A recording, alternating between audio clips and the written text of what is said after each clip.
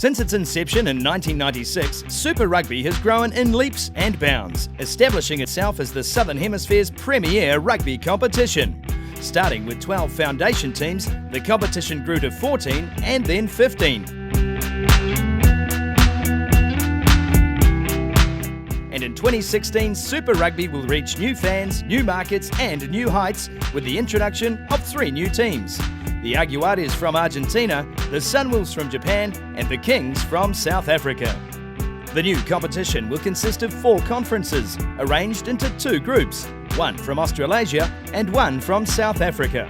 The Australasian group is made up of the Australian Conference and the New Zealand Conference, each containing 5 teams.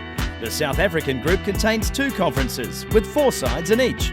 These will include all South African-based teams and the teams from Argentina and Japan. It's exciting, but it does mean a few changes to what you might previously be used to. So here's what it means for Hurricanes fans.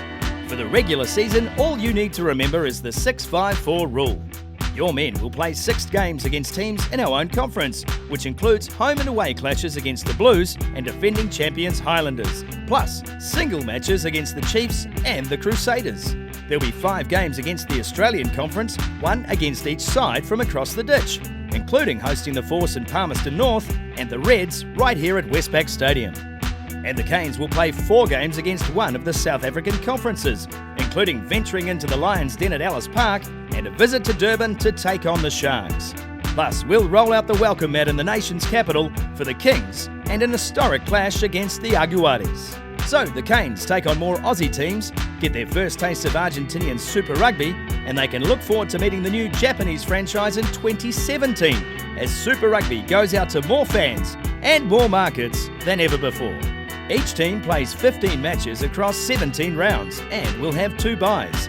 Conference standings and competition points at the end of the regular season will be used to determine seedings, with 8 teams to play off in the Super Rugby Final Series. Seeds 1 to 4 are the conference winners, ranked in order of competition points, and will host in Week 1. Seeds 5 to 8 are the wild cards, consisting of the next best team from the South African group and the next 3 best teams from the Australasian group. These seedings ensure that each conference is represented, with higher ranked teams earning the right to play at home. It's sudden death throughout the final series, which makes for an exciting conclusion to the Super Rugby season. So, to recap, your team will play 15 games across 17 rounds each season, meeting every other team over a 2-year rotation.